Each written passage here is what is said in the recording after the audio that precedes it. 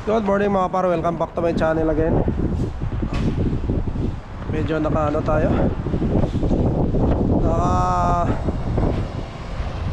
bundle up tayo mga par dahil malamig pa rin talaga.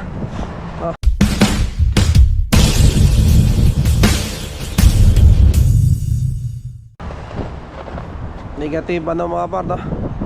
Negative 12, feels like negative 20. So medyo masakit pa rin talaga yung lamig. So, dito ako sa baba mga par dahil hinatid ko si Inday. Update pa rin kaya nga naka-gloves tayo.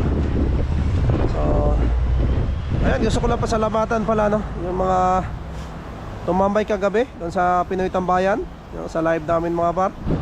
So nakaswerte tayo dahil bakante po yung mga idol natin, yung mga kasama din natin nagba-vlog, no. Shoutout kina Nardino TV, syempre kay Para Andrea Jeds TV, at syempre kay Boss Idol Randy Boy, no. Nagkaroon siya ng time kagabi na umakyat doon sa live natin, no. At syempre si Nardino TV mga par, no, first time din na umakyat doon sa live natin. Pero si Andrea Jeds TV mga par, no, ay laging natin yan, suki natin yan, no, pagka may time maakyat din talaga yan, no. Saka si shoutout ko lang yun sila Fam.Bookers TV, no, umaakyat din yan. Kausap na din natin sila Canada's Adventure, no, sila family na Basilia, no. Medyo mga par, no, may mga nakakwentuhan na tayo ng mga kasama natin, yung mga nagpa-vlog din. At syempre si sa Kumayas Family TV, no, si Paruel, no, lagi rin yung suki natin, nakikitambay din yan si Paruel, no. Maraming salamat par. And ayun, marami din nagkwento si Paruel, may experience din niya, no, nakakapag-share din siya doon, no. Kaya ang ganda ng kwentuhan namin kagabi mga par, no, sa lang mga par, ang usapan namin ni Parmark, no, kami ni Par David on site, na lang kami, mag hi hello lang, no, kahit mga 1 hour lang yung aming live, no. Pero yun, naabot kami pa rin 2 oras dahil napasarap nga mga par, dahil lumakyat nga sila, no, sila kasama natin, no, kasama natin umakyat, at napaganda ang kwentuhan talaga. So hindi mo talaga din masasabi, no, di mo yung oras dahil sarap ka kwentuhan, masayang kwentuhan mga par. Ayan, maraming salamat. At ayun, ituloy lang tayo doon sa Pinoy Tambayan mga par, no. Sabi nga ni Partner Dino TV, maganda rin, no, maganda rin yung ginawa namin. Ganda yung ginawa namin na gano'n, na may talagang tambayan lang, no. Nagpapasalamat tayo, no, sa mga nakasama natin, no. Maraming salamat mga par. And sa mga lagi nakasuporta. Nanood pala ako kagabi, pinanood ko, may comment na hindi nabasa mga par. Pasensya ka na, si Parjan Sibog, no, hindi nabasa yung comment mo par, no. Pasensya na, yung gamit ko kasi para Jan Sibog ay yung tawag dito, cellphone. So maliit siya, no, kailangan ko ng isa pang cellphone para mabasa ko yung mga comments. And gagabi hindi nabasa yung comments par, no. So yun, shoutout Parjan Sibog, isa rin yan si Parjan Sibog, no, na solid na sumusuporta sa ating Pinoy Tambayan at sa ating mga vlogs din, no, mga kasama natin na vlogs. Suporta yan si Parjan Sibog, shoutout. Na taga taga Mississauga, no. Kaya yan, maraming salamat din. Yun mga pa, no. Meron kasi ako nakitang isang tanong mga par, no, sa Facebook, no, na nabasa ko lang, na gusto ko lang i-share yung aking pananaw. Ito naman mga par ay idea ko lang din sa akin, sa sariling karanasan ko, na nandito na sa Canada for almost 2 years, no. At sa mga bagong rules, no, mga bagong patakaran na sa ngayon mga par, no, sa napapanahon, no, Kaya gusto ko din gawa ng video ko, gawan ko ng sarili kong pananaw, no? Ito naman aakin mga par, no? So hindi ko alam kung ano yung pananaw din ninyo. So depende tayo, no? Kanya-kanya naman tayo ng ano mga par, no? Ng pag tingin sa isang sitwasyon, no? Kanya-kanya tayo ng opinion, no? Pero ito yung akin mga par, no? Ito yung masasabi ko, no? So yun nga, nabasa ko mga par na gawin, no? Kailangan po bang isama ang pamilya kahit hindi pa PR? So yun yung tanong ni Kabayan. So yun yung bigyan natin ng sarili nating opinion mga par, no? Ayun.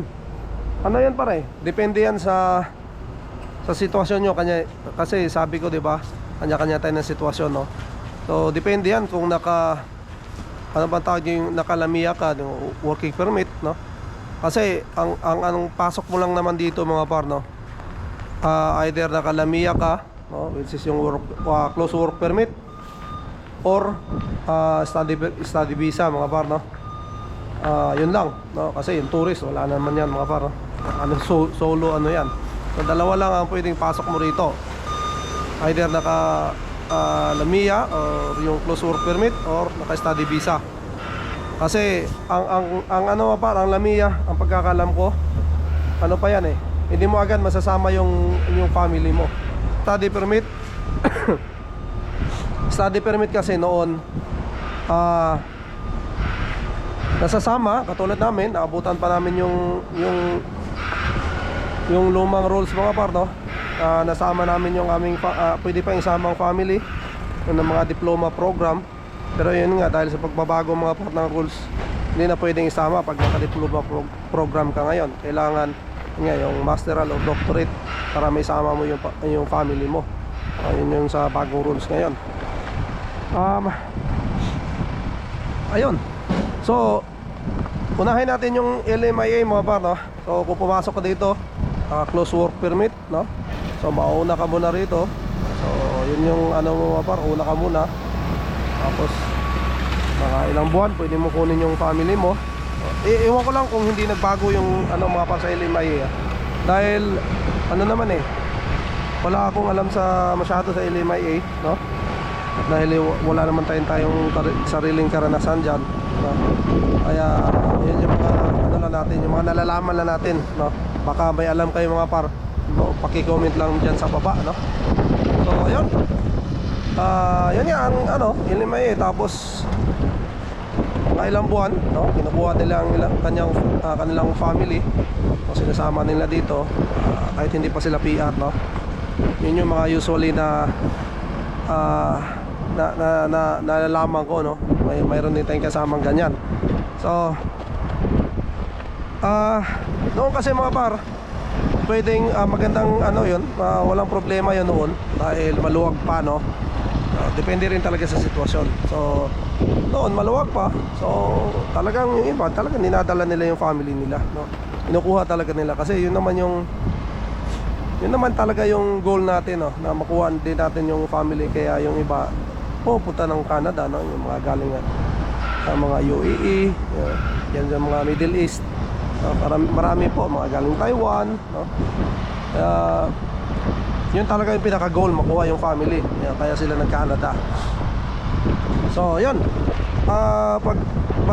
pagdating ng ano mga part, no? Nitong pagpasok na namin, medyo nagkakahigpitan na nga, no? So ano na, no? Medyo mahirap na mga par dahil hinigpitan na yung LMIA. Mayroon ng, di ba, yung dati ano, yung mga asawa ng LMIA hinigpitan na rin, no? Yung yun nga, yung nakaraan pa, yung mga Lloyds Lamia hinigpitan din, no? So maraming paghihigpit ang ginawa mga par, no? Sa LMIA na yan. Yun, parang iba nagda-doubt na yun nga, kagaya ni Kabayan, nagtatanong siya ngayon kung kailangan pang isama, no? Pero para sa akin, sa panahon ngayon, no, kailangan mo na siguraduhin yung PR, no? Yung ano nyo, pathway nyo sa PR. At kailangan mo makasigurado na mapi-PR kayo, no? At kailangan nyo makasigurado na mapi-PR kayo mga par, or magpa-PR muna kayo bago nyo kunin yung family ninyo. Bakit? Dahil napakahirap na ngayon mga par, no? Dahil nga sa paghihigpit ngayon, hindi mo alam kung mapi-PR kayo, no? At yun, nakita nyo naman, no? Yung kay Mausi sa Canada, no? Umuwi siya dahil talagang wala na, hindi na siya na-extend mga par, no? At yun nga, isa pang mahirap dahil magkakasama na sila ng ilang taon dito. Ano yun? Kailangan niyang talagang umuwi mga par. So ayun, yun yung pinaka-safe na gawin, no? Mag-taste muna, LDR muna, no? Kung nakalamiya kayo, mauna muna siya. At kailangan siguraduhin niya na mag-PR siya or talagang PR na, no? Dahil pagka gano'n mga par, pag PR ka na, no? Kinuha mo na yung family mo, uwi ka, kinuha mo, safe ka na, no? So ang punta na lang na family mo dito ay maghanap ng magandang trabaho. Yung mga bata makakapag-aral na, wala ka nang alalahanin sa status mga par. Hindi ka na nangangampa na kung baka magbago yung rules, o baka hindi ka ma-PR, no? Kasi pag nangyari yun mga par, no? Worst comes to worst mga par, na hindi kayo ma-PR, malaking gastos po yun. Dahil kung uuwi kayo lahat, no? Malaking gastos sa inyo. Pre, yung mga bata mga par, no? Kapag ano na rito, nakapag-aral na ng ilang taon, sanay na dito, gusto na rito. So mahirap mga par, no? Emotionally, no? Parang mahirap umuwi ng ganun, mahirap bitawan, di ba? So yun yung para sa akin mga par, no? Magandang gawin sa LMIA, no? Study visa mga par, no? Alam naman natin, ganun din na hindi na rin naisasama ang family ng diploma, no? At master and doctorate lang pwede magsama ng pamilya. Iba naman ang ano mga par, no? Iba naman ang case ng study visa. Dahil ang study visa, ano yan, pera-pera yan mga par, no? So importante sa study visa ay marami ka talagang pera, no? May pera ka, no, na ano sa'yo, no? Sa ano pa lang mga par, no? Sa proof of funds pa lang, malaki na po ang ano ninyo, ang ipapakita ninyo sa proof of funds pa lang, no? Lalo na ngayon dahil tinaasan na nila, no? Dinoble na nila mga par. Dati inabot pa namin yung 10,000, no? Sa estudyante, tapos 5,000 sa akin, tapos 3,000 sa bata noon, no? Ngayon didoble mga par, 20,000 na, 20,200 mga ganun something. Yung proof of funds ng isang estudyante pa lang yan mga par, no, per year. So talagang pinalaki na, no? So kailangan mo ng pera. Syempre pagdating mo dito, yung bills mo, yung upa mo, yung rent mo sa bahay, di ba? So yung bayad pa sa school, kung ano pang mga ano dyan, libro, no? Marami pang gagastusin sa study visa mga par, no? At yan, gaya nga na sinabi ko, kung medyo may bala kayo, may pera kayo, at naka-masteral or PhD ang kinuha nyo rito, pwede nyo namang isamang family ninyo, no? At nakakapagtrabaho naman si mister, no? At ayun, ang pinaka-safe gawin sa ngayon mga par, ng ano rin, ng study visa ay siyempre dapat yung kinuha mong program naka-align doon sa mga kailangan dito sa Canada mga par, no? Para naman sa PR mo, no? Ito sinasabi ko mga par, ito sinishare ko sa inyo dahil kami talaga sa totoo lang wala sa plano namin talaga itong mga ganito, no? Wala kaming kung paano ma-PR, kung anong program na dapat kunin para mabilis ma-PR, no? Kung anong city ang mga parno ang may mababa ang cost of living. Wala kami lahat noon mga parno. Inaamin ko na sa inyo, no, na-vlog ko rin naman to. Wala kami lahat noon. Wala kaming, ang alam lang namin makapasok sa Canada mga parno. Kaya sinishare ko sa inyo ngayon kung anong mga nakita ko rito mga parno pagdating namin dito sa Canada at na-experience namin. Kaya ayun, sana mapanood ng iba mga parno na may balak talaga. So yun, naglubat na yung ano natin mga par, camera, no? Malamig kasi talaga. So yun, summary lang natin mga par, no? Ang LMIA para sa akin mga par, no? Kailangan nyo munang siguraduhin ma-PR kayo, or kailangan nyo munang ma-PR na muna, no? Bago nyo kunin yan yung pamilya, para wala na kayong problemahin mga par sa status, no? Kung magkatrabaho na lang ang hanapin ninyo, no? At Sa study visa naman mga par, no? Yun nga, pwede nyo isama ang inyong family, lahat, no? Magkakasama kayo. So, siguraduhin nyo lang yung mga sinabi ko, no? Tukol doon sa mga province na kailangan yung ma-research din na kung yung may mga pabilis ma-PR, no? Yung program nyo kailangan naka-align sa mga kailangan dito.